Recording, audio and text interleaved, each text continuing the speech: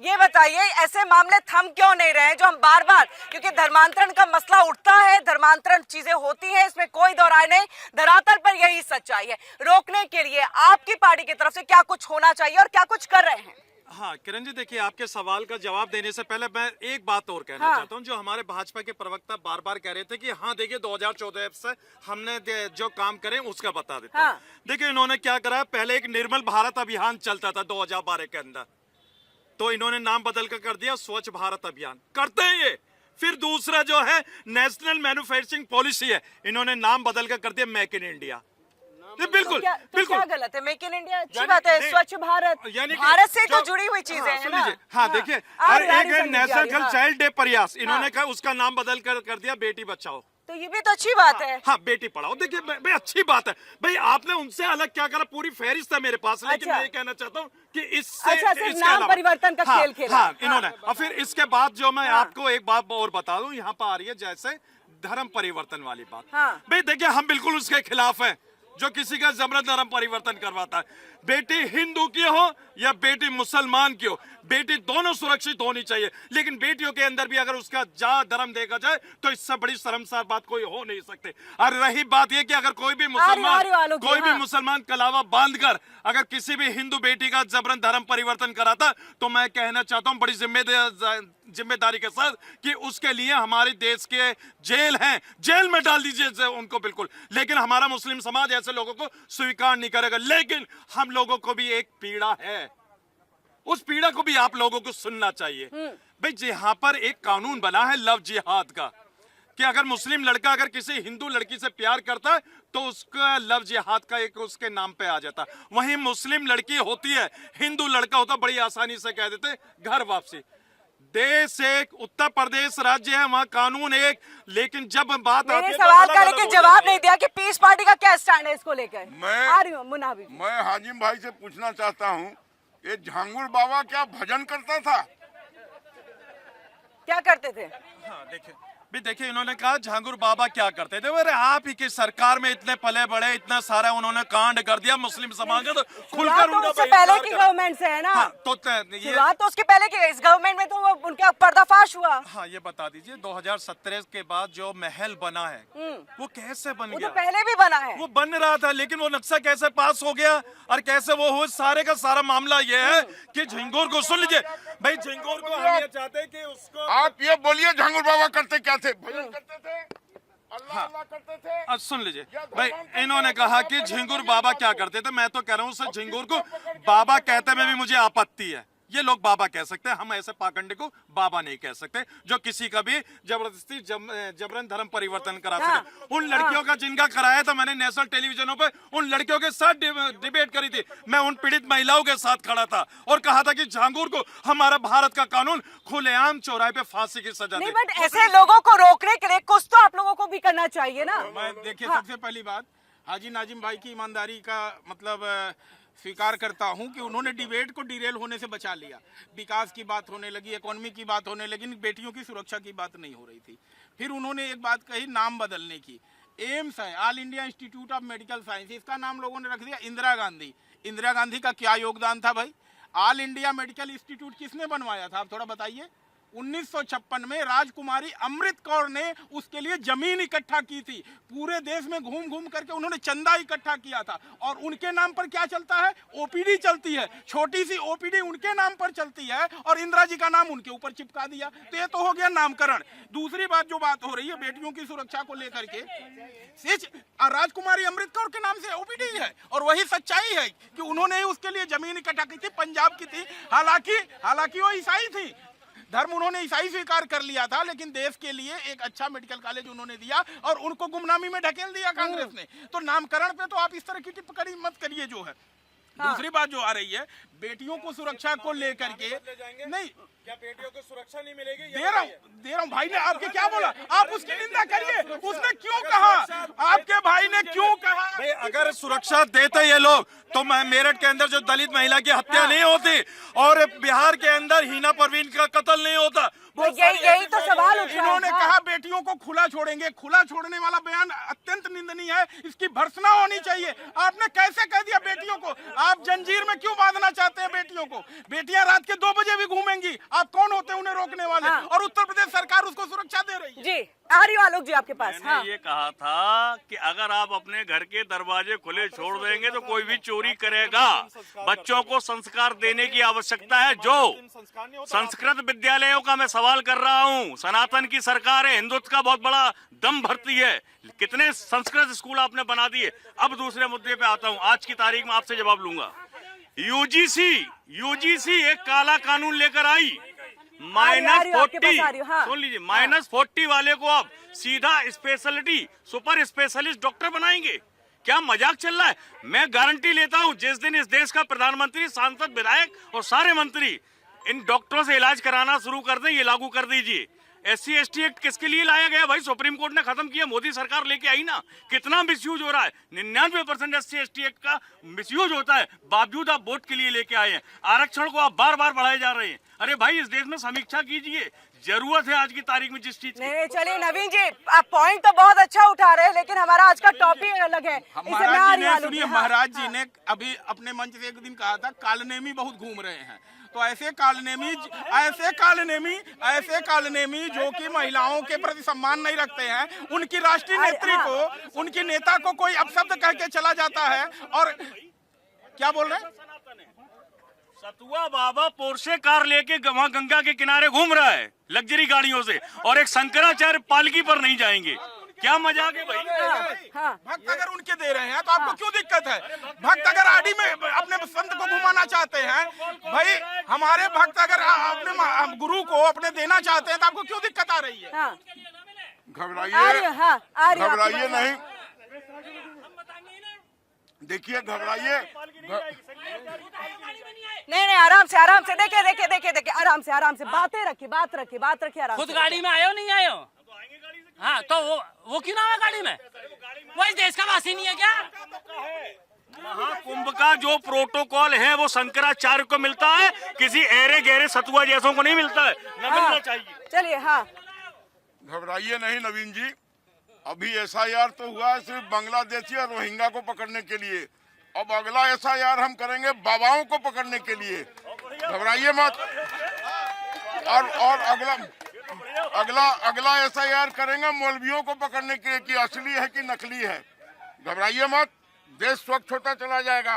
और आप आज उत्तर प्रदेश में क्या हालत था?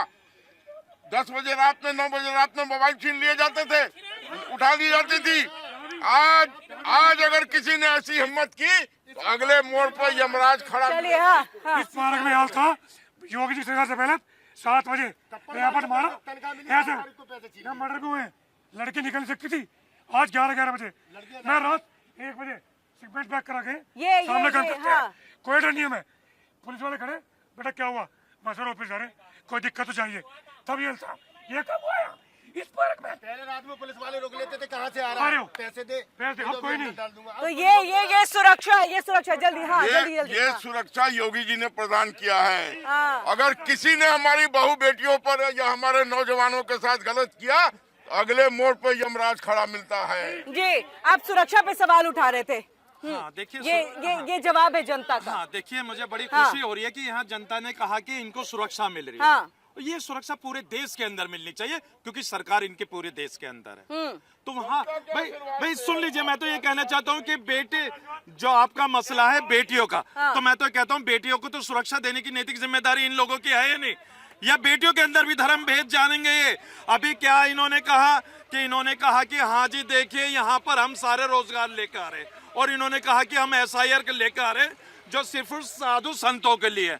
इन्होंने इतना बड़ा बयान दे दिया, क्योंकि एक शंकराचार्य को ये शंकराचार्य भी नहीं मानते। इन्होंने कहा है जो साधु संत जो आपको गलत है, मतलब जो प्रॉपर साधु संत है, उनको भी हटाने के लिए हम लेकर के आएंगे। जो पाखंडी होते हैं या जो वाकई में कोई कथावाचक नहीं होते हैं, उनके लिए। तो इसमें तो आपको खुश होना चाहिए ना। देखिए, तो खुश होना चाहिए। मेरे साधु संतों का अपमान हाजी नाजिम खान नहीं सहेगा।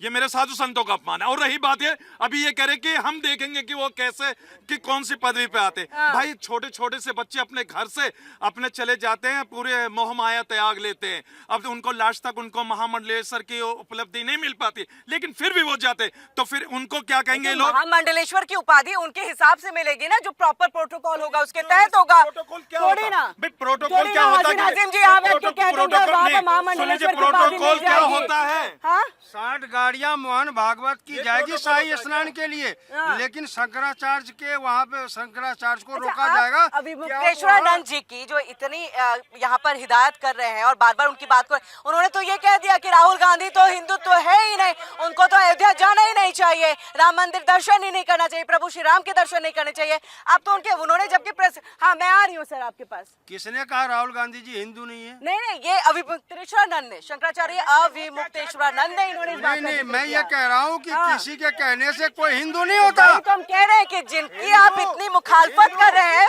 वही सबसे बड़ी बात है, हिंदू एक आस्था का विषय है और आस्था के साथ राहुल गांधी जी हैं, थे और रहेंगे। किसी को सर्टिफिकेट देने की जरूरत नहीं है। सबसे पहले तो भारतीय जनता पार्टी बताए कि ये कैसे वो हिंदू है। किसी नहीं है ना, वो तो शंकराचार्य हैं, अभी आप कह भी रहे थे ना। मैं कह रहा हूँ वो ना। शंकराचार्य ने कहा है। मेरा सवाल जो था उसको किरण जी आपने नहीं डाइवर्ट नहीं कर नहीं, दिया। डाइवर्ट नहीं किया, मतलब उनका जो बयान आया और कांग्रेस ने जो प्रेस कॉन्फ्रेंस की उनकी पालकी से उतरने को लेकर के। मेरा सीधा सा सवाल है कि मोहन भागवत की 60 गाड़ियां स्नान के लिए जा सकती है और शंकराचार्य को रोका जाता है। ये आपका देश है, ये आपकी नीति है, ये आपकी हिंदू होने की पहचान है। मोहन भागवत शंकराचार्य है क्या? ये हमारी 60 गाड़ियां तरफ, जाती ये है। हमारी तरफ देख के कह रहे थे कैसे हिंदू, हम खांटी हिंदू हैं। और दूसरी बात, राहुल गांधी भी हिंदू है, लेकिन वो कुर्ते के ऊपर जनेऊ पहनने वाले हिंदू हैं, हम अंदर पहनने वाले हिंदू हैं। इतना ही फर्क है, वो हिंदू हैं लेकिन वो कुर्ता के ऊपर पहनने वाले हिंदू हैं। नवीन जी ने भी जनेऊ धारण कर रखा है। आज मुझे लग रहा है तालियां होनी चाहिए ना, नवीन जी ने भी जनेऊ धारण कर रखा है। मुन्ना भाई घबराइए मत, सनातनी जाग चुका है, हिंदू जाग चुका है। अब आपकी दमनकारी नीतियां नहीं चलेंगी, अब आपका लव लिहाज नहीं चलेगा, अब आपका जिहाद बैंक, लैंड बैंक भी नहीं। इन्होंने कहा हिंदू जाग चुका है, वाकई जाग चुका है। 400 400 400 आया कितना? 240, वाकई हिंदू जाग चुका है। अच्छा हाँ हाँ। देखिए यहाँ पे आलोक भाई कह रहे कि हिंदू जाग गया।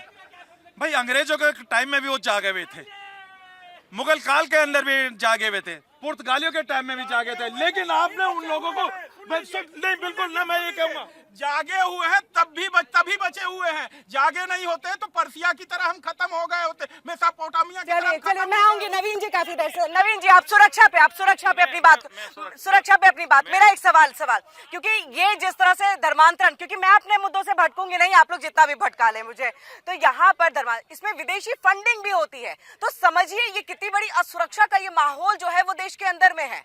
किरण जी, निश्चित तौर पर ये एक बड़ा विषय है और इस विषय पर अगर बाहर से फंडिंग आ रही है तो निश्चित तौर पर विदेश मंत्रालय है, वित्त मंत्रालय है, हमारी जो ईडी सीबीआई है, दुनिया भर की इंटेलिजेंस सरकार के पास होती है, उनको नियंत्रित करके उनको दंडित करने की आवश्यकता है। मैं कानून व्यवस्था पर बात करूंगा।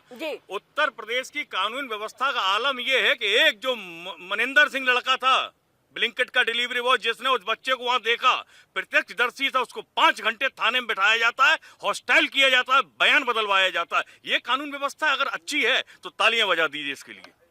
नहीं बजाएंगे। ये इस पे ये जवाब देंगे। हाँ सुनिए, आ रही हूँ, आप लोग के पास भी आ रही हूँ। हाँ अब आपको लेटेस्ट न्यूज नहीं मालूम है। जिस समय एसआईटी फॉर्म हुआ और उसके बाद जो कमेटी का रिपोर्ट आया है कल, उसके बाद कितने आदमी निलंबित हो गए हैं, इसकी लिस्ट नहीं है आपके पास।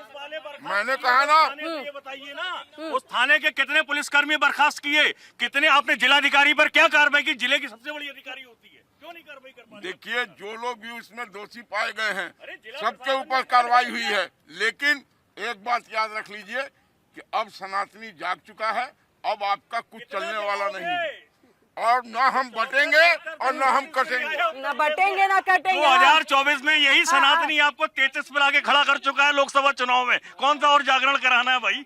चलिए तो अच्छा एक चीज बताइए, बार बार जो कांग्रेस की हमारे वक्त में ज्यादा जो है काम हुआ है, तो फिर इनको वोट क्यों नहीं मिल पाती, चीजें वोट में कन्वर्ट क्यों नहीं हो? देखो सीधी सी बात ये है, पार्टी कोई भी हो, किसी पार्टी से अगर सवाल पूछा जाए कि भाई सुबह क्यों, अब धूप क्यों निकल रही है, तो वो बात करते हैं रात क्यों हुई थी। पूरा वो बताए ना, जो सवाल पूछा जा रहा है उसका उत्तर कोई नहीं देता, जितनी भी पार्टियां कोई नहीं देता।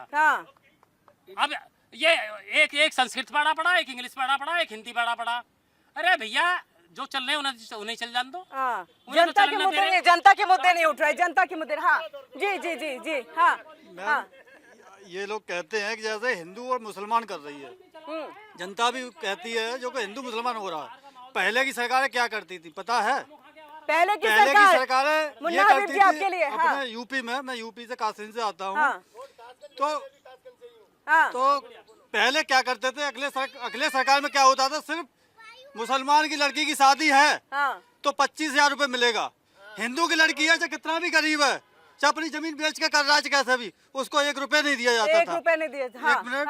और कांग्रेस की सरकार में भी पहले क्या होता था, अब ये कहते कि हिंदू, अब ये सरकार हिंदू मुस्लिम सिख ईसाई सबकी बात करती है, मगर पहले सिर्फ ये कहा जाता था कि सबसे पहला हक किसका है, एक मुसलमान का। किसने बताया? हमारे पूर्व प्रधानमंत्री ने ये बात कही थी कि सबसे पहला हक सिर्फ मुसलमान का है, मनमोहन सिंह ने। मगर हमारे मोदी जी कहते हैं कि हमारे सबसे पहला हक गरीब का है।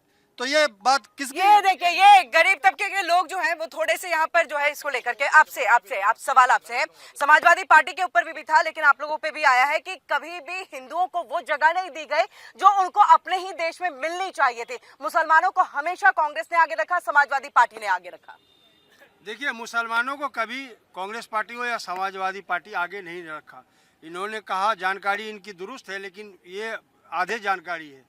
मनमोहन सिंह जी ने ये कहा था कि अल्पसंख्यकों का अधिकार पहले है, अल्पसंख्यकों में सिर्फ मुस्लिम तो नहीं गलत क्या, अधूरी जानकारी क्या है? उन्होंने मुस्लिम बोला, आपने अल्पसंख्यक बोल दिया, बात तो बराबर ही है। कैसे है? अल्पसंख्यक के अंदर पारसी है, बुद्ध है, जैन है, सरदार है, कई जातियां हैं, सभी के लिए कहा था जो आदमी गरीब है। दूसरी बात मैं ये कह रहा हूँ, आजादी के बाद से चाहे नेहरू जी का तो क्यों कहा? ये कहना नहीं चाहिए। मुझे लग रहा है नवीन जी इसका जवाब आप भी दीजिएगा, ये नहीं होना चाहिए ना।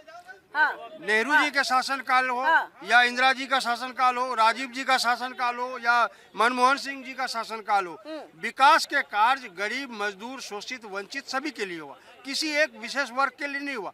अब ये यूनिवर्सिटी का ज्ञान है इन लोगों को, जो इन लोगों को वो तो धरातल से जुड़े हुए इंसान है, वो तो धरातल से जुड़े इंसान है, वो तो एक एक चीज को कदम कदम देख रहे हैं। मैं तो कह रहा हूँ किरण जी की धरातल से जुड़े हैं, उसकी बात कर रहा हूँ। धरातल से जुड़े तो अभी आपके माध्यम से ये कहना चाहूंगा, हम आज 10,000 रुपए के लिए एक हेल्पर अगर ढूंढता है बेचारा तो वो ऐसे ही रहता है, लेकिन ये जितने 5 वक्त खड़े हैं और सारे पार्टी के होंगे। नहीं, राजनीतिक विश्लेषक है और 3 पार्टी से। आज तक के रिकॉर्ड में नहीं, राजनीतिक विश्लेषक नहीं, सुनिए, राजनीतिक विश्लेषक अपनी अपनी आइडियोलॉजी रखते हैं। अब जिससे अगर हम कोई सरकारी नौकरी करते हैं, जब हम विधायकी लड़ने जाएंगे तो जब अगर हम विधायक बन जाएंगे तो इस्तीफा देना पड़ेगा, उसकी हमें सैलरी और कुछ नहीं मिलेगा। आज अगर विधायक हम बन जाते हैं, एक बार सैलरी मिलेगी, जब विधायकी से पद हट जाएगा तो हमें उसकी वो मिलती है पेंशन। उसके बाद फिर हम विधायकी लड़ेंगे, फिर हमारा कार्यकाल पूरा हो जाएगा, फिर से होगा। कभी भी कोई नहीं, मुझे लग रहा है ये रूल शायद आ गया है कि एक ही बार पेंशन जो है वो मिलेगा और बार बार। मैं आ रही हूँ आलोक जी आपके पास। मैं आज बहुत ईमानदारी का, अभी कोई ऐसा नियम नहीं आया, मैं बहुत जिम्मेदारी के साथ एक बात कहूंगा। नहीं, आने की संभावना कुछ एक बात उठी थी, जहाँ तक मुझे चीजें याद है। नहीं, मैं अपनी बात, मतलब मुझे जो चीजें याद आ रही है अभी नहीं आया। और एक चीज मैं कहूंगा, आप एक चीज देखिए, चाहे कोई भी असेंबली हो देश की या पार्लियामेंट हो, जब विधायकों सांसदों की तनख्वाह बढ़ाने का मुद्दा हो, सारे एक सुर में यस हाथ उठा के कर देते हैं। और जनता के टैक्स, ये लोग हमारे साथ जो खड़े हैं, इनमें कोई बहुत बड़े फैक्ट्री मालिक नहीं है, सब हम लोग काम करने वाले लोग हैं, नौकरी पेशा हैं। हमारे बच्चे, एक मिनट साहब, मेरे बच्चा अगर घर में छोटा है, उससे भी दूध की बोतल पे टैक्स आप ले रहे हो, दूध आ रहा है उसकी पॉलिथीन पे टैक्स ले रहे हो, हर चीज पर आप टैक्स ले रहे हो। उसके बाद आप अगर वो मेडिक्लेम लेने जा रहा, आपने कम किया, उस पर भी आप टैक्स ले रहे थे। आप जनता की गाड़ी कमाई चूस के और 3 साल की विधायकी सांसदी, 5 साल की बाद सारी जीवन ऐश करते हैं। ये दुर्व्यवहार हो रहा है भारत की जनता के साथ, ये व्यवस्था बंद होनी चाहिए। तो ये टैक्स तो पहले भी लगता था ना, पहले तो 37 टैक्स लगते थे। आ रही हूँ आलोक जी। हेल्थ इंश्योरेंस पर जीरो जीएसटी है आज की तारीख में। अरे भाई जब भी हुआ भाई, टैक्स के बिना देश चल सकता है क्या? तो क्या मतलब फिर अमेरिका से कर्जे लिए ना, IMF से कर्जे लिए? अरे कितना कर्जा लोगे? 2,54,000 करोड़ हो गया। 1 मिनट, आर्य नवीन जी। हाँ 1 मिनट, 1 मिनट। नहीं। अच्छा हाँ अब मेरी बात सुनिए। ये नहीं। हाँ चले। हाँ मेरे फादर कांग्रेस सरकार में कलेक्टर है। मैं प्राइवेट नौकरी कर रहा हूँ, 7,000 लगा था, 55,000 कमा रहा हूँ अपनी मेहनत से। घर से निकलो मत, पैसा का कहीं से आ जाए। मोदी मोदी जी दे देंगे। हमने 3,000 से नौकरी चालू की, आज 55,000 रुपए कमा रहे हैं हम अपने टैलेंट पे। हाँ।